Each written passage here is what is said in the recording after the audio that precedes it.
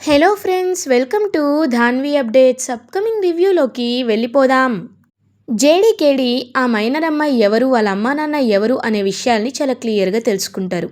ఎవరైతే health minister Madhusudan రావు ఉన్నారో అతని ఇంట్లో పనిచేసే car driver and home keeper ఎవరైతే పని ఆవిడ ఉందో వాళ్ళ కూతురే ఈ మైనర్ అమ్మాయి. ఎవరైతే ఆ మినిస్టర్ కొడుకు ఆదిత్య అని ఉంటాడో అతను ఈ అమ్మాయిని ప్రెగ్నెంట్ చేశాడు. సో ఈ విషయం బయట తెలిస్తే మళ్ళీ తన ఇమేజ్ డ్యామేజ్ అవుతుందని ఆ అమ్మాయిని చంపేశాడు. ఇదంతా తెలుసుకోవాలి అని చెప్పి జేడీకేడి ఈ మైనర్ చనిపోయిన అమ్మాయి వాళ్ళ అమ్మని ఇంట్రాగేట్ చేస్తారు. అప్పుడు మినిస్టర్ వాళ్ళ ఇంట్లో పనిచేస్తున్నారని, ఈ మర్డర్కి మినిస్టర్ అబ్బాయికి ఏదో సంబంధం ఉంది అని వాళ్ళకి అర్థమవుతుంది. సో ఎలా అయినా ఈ కేసుని ముందుకు తీసుకువెళ్ళాలి అంటే మనం ఖచ్చితంగా ఆదిత్యని పట్టుకోవాలి, మినిస్టర్ కొడుకు ఆదిత్య. కానీ వాడి ఇంట్లో హౌస్ అరెస్ట్ అయ్యే అవకాశాలు 99.9% ఉంది. కాబట్టి దీనికి మనం వేరే ప్లాన్ ఆలోచించాలి అని జేడీకేడి ఫిక్స్ అయిపోతారు. ఇది ఇలా ఉండగా నెక్స్ట్ డే మార్నింగ్ అవుతుంది. జేడీకేడి జగదాత్రి కేదార్గా సుధాకర్తో హ్యాపీగా వాళ్ళ టైంని స్పెండ్ చేస్తూ ఉంటారు. శ్రీవల్లి, కేదార్, జగదాత్రి వీళ్ళ ముగ్గురు ఎంతో హ్యాపీగా చెస్ ఆడుకుంటూ ఉంటే అదంతా చూస్తున్న నిషిక అండ్ వైజయంతి చాలా ఇరిటేటింగ్గా ఫీల్ అవుతారు. చూసావా అమ్మి ఎట్లా దగ్గర అయిపోతున్నారో అని అంటుంది. అవునత్తయ్య, ఆదిలక్ష్మి ఏమో టార్చర్ పెడుతుంది, ఇక్కడ ఈ శ్రీవల్లి ఏమో దగ్గర అయిపోతుంది, ఏం చేయాలో అర్థం కావట్లేదు అత్తయ్య అని అంటారు. ఏముంది, మా అన్న వస్తారని చెప్పి ఉంటాడు కదా, మా అన్నకు ఒకసారి ఫోన్ చేస్తానని చెప్పి పాపారాయుడికి అయితే ఫోన్ చేస్తుంది వైజయంతి. ఏందన్నా, ఈ శ్రీవల్లిని ఇంట్లో నుండి తీసుకెళ్తానన్నావు, మరి ఏం చేస్తున్నావు నువ్వు అని అడుగుతుంది.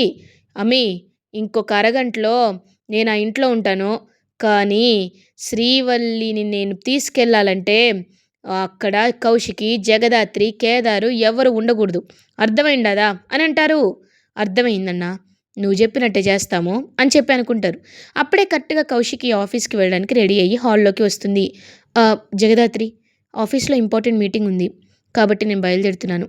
బాబాయ్ మీకు ఇవాళ స్లీపింగ్ పిల్స్ ఇవ్వమని చెప్పారు, సో మీరు కాస్త ఎక్కువగా రెస్ట్ తీసుకోవాలి. మీ మెడికేషన్ అనేది కాస్త కంపోజిషన్ చేంజ్ అవ్వడం వల్ల మీకు డ్రౌజినెస్ వస్తుంది బాబాయ్ అని చెప్పి సుధాకర్ని రూమ్లో పడుకోబెట్టి కౌశికి ఆఫీస్కి వెళ్ళిపోతుంది.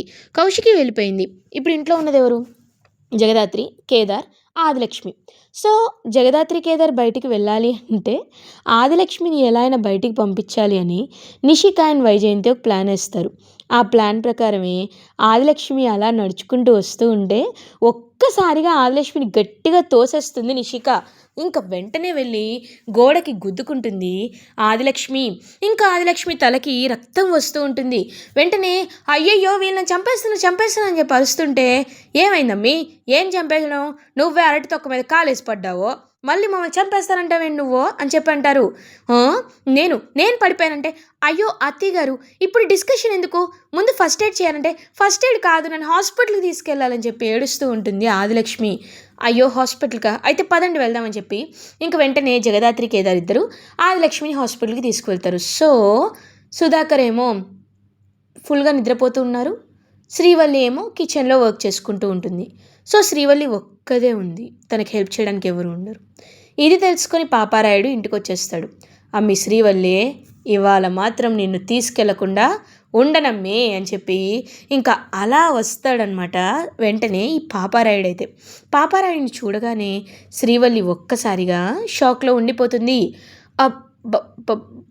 మావయ్య అని అనేసరికి, ఏందమ్మి అట్టా చూస్తుండావో, నీకు అడిగినంత టైం ఇచ్చుండాను కదా, ఇప్పుడు నాతో రావడానికి ఏం ఇబ్బంది నీకో అని అంటారు.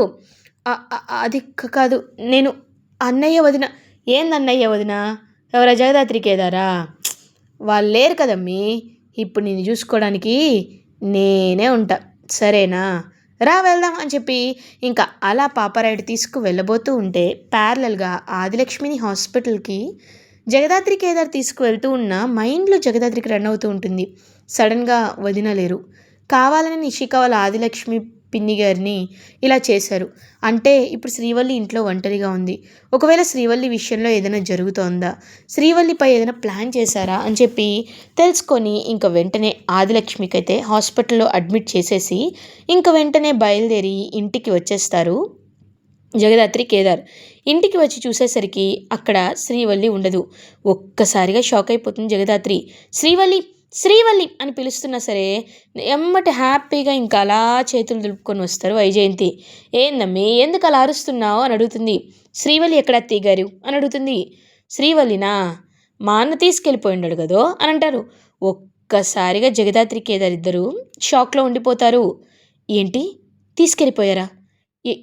ఏం మాట్లాడుతున్నారు మీరు అని అంటారు.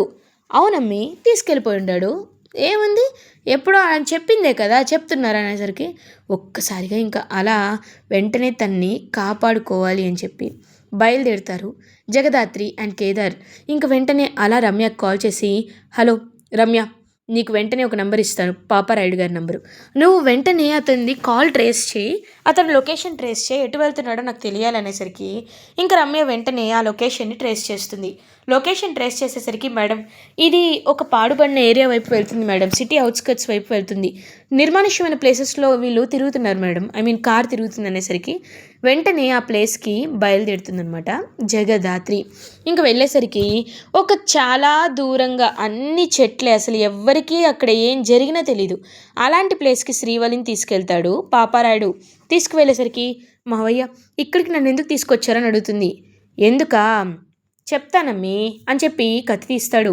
ఒక్కసారిగా శ్రీవల్లి, మావయ్య, ఏయ్ ఎవరు మావయ్య, ఎవరు మావయ్య, నేను నీకు మావయ్య నవ్వనో, నువ్వు మా రక్తానివే కాదు అని అంటాడు. ఏం మాట్లాడుతున్నారు మావయ్య మీరు, ఎంతైనా మా అమ్మ. ఏయ్, ఎలాగో ఇంకా సేపట్లో చచ్చిపోతున్నావు కాబట్టి నీకు నిజం చెప్పే చంపుతానమ్మే, మళ్ళీ ఆ పాపను నాకొద్దు. నీకు ఒక నిజం చెప్పనా, నువ్వు వైజయంతి కూతురివే కాదు, నువ్వు ఆ కేదార్ గడున్నాడే వాళ్ళమ్మ సుహాసిని తన కన్న కూతురివి, నువ్వు ఆ కేదార్ గడు సొంత అన్న చెల్లెలు అని అంటాడు. ఒక్కసారిగా శ్రీవల్లి అది తెలుసుకొని షాక్లో ఉండిపోతుంది. మీరు మీరు చెప్పేది నిజమా మావయ్య? అవును, సుహాసినికి పుట్టుండవు కాబట్టే నిన్ను వదిలించుకోవాలని నా చెల్లెలు తీసుకొని వెళ్ళి నిన్ను అనాథ శరణాలయంలో పడేసింది. కానీ పాపం దాని కర్మెట్ట కాలుండదు చూసావా, అనవసరంగా నా చెల్లెల్ని వల్ల నిందలు మోస్తుంది, మా బావ వల్ల తన క్యారెక్టరే బ్యాడ్ అయిపోయింది, అలాంటి నిన్ను వదిలిపెడతానా? అదే నువ్వు పోయావనుకో మాకు ఎలాంటి ప్రాబ్లం ఉండదు, పైకెళ్ళి మీ అమ్మని పలకరించు, ఒకటి గుర్తుపెట్టుకో, చచ్చాక కూడా మళ్ళీ పాపారాయుడు శత్రువుగా పుట్టద్దు అని ఇంకా అలా పొడవాలని వస్తుంటే ఒక్క చెయ్యి అడ్డుకుంటుంది జగదాత్రి అండ్ కేదార్. ఇంకా వెంటనే వాళ్ళు అడ్డుకొని పాపారాయుడు చెయ్యి గట్టిగా విరిచేస్తుంది జగదాత్రి. ఒక్కసారిగా పాపారాయుడు వీళ్ళు ఎలా వచ్చారు, అసలు వీళ్ళకి ఎలా తెలిసిందని చెప్పి షాక్లో ఉండిపోతాడు. శ్రీవల్లిపై చెయ్యి వేస్తావా అని ఇంకా కేదార్ గట్టిగా తోసేస్తాడు పాపారాయుడిని. రేయ్, నా జోలికి వచ్చారో అని అంటారు.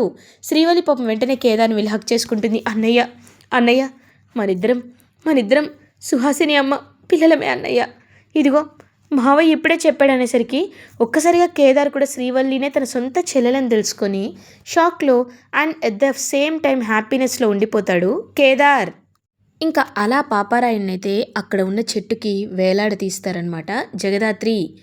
చూడు పాపారాయుడు, నువ్వు చేసింది చాలా పెద్ద తప్పు, అత్తయ్య గారిని చంపేశావు, ఇప్పుడు ఇలా చేస్తున్నావు, నీకు ఏదో ఒక రోజు శిక్ష పడాల్సిందే, పడుతుంది కూడా, కానీ లోకం దృష్టిలో నువ్వు చచ్చావని నేను చేస్తానని చెప్పి చాలా అంటే చాలా గట్టిగా ఫిక్స్ అయ్యి ఇంకా అలా వాడినైతే అందరి దృష్టిలో చనిపోయేలా కానీ ఎక్కడో ఒక దగ్గర కట్టేసి దాచి పెట్టేస్తారు Jagadhatri and Kedar.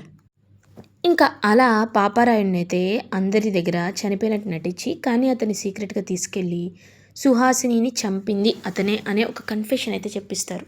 So confession చెప్పించిన తర్వాత ఎంతో అంటే ఎంతో హ్యాపీగా ఇంకా హ్యాపీ ఫీల్ అవుతాడనమాట కేదార్. మా అమ్మ చావుకి ఇప్పటికైనా రీజన్ తెలిసింది, నాకు నిజంగా చాలా అంటే చాలా హ్యాపీగా ఉంది అని చెప్పి ఇంకా అలా ఎంతో అంటే ఎంతో హ్యాపీగా ఫీల్ అవుతాడు కేదార్. ఇటువైపు ఇంక తను కూడా ఎంతో హ్యాపీగా ఫీల్ అవుతుంది. అలా ఇంకా అందరూ చాలా ప్రశాంతంగా ఉన్నారు అని అనుకునేసరికి శ్రీవల్లినే తన కూతురు అని తెలియక సుధాకర్ అనుకుంటాడు. శ్రీవల్లి తన కూతురు అనే నిజాన్ని జగదాత్రి కేదార్ ఎప్పుడు బయట పెట్టాలనుకుంటారు? ఒకవేళ తెలిస్తే ఎలా ఫీల్ అవుతారు అనే ఆన్సర్స్కి క్వశ్చన్ తెలియాలి అన్న ఫర్దర్ ఎపిసోడ్ రివ్యూస్ మీకు ముందుగా కావాలి అనుకుంటే మా ఛానల్ని సబ్స్క్రైబ్ చేసుకోండి. Thank you so much for watching friends.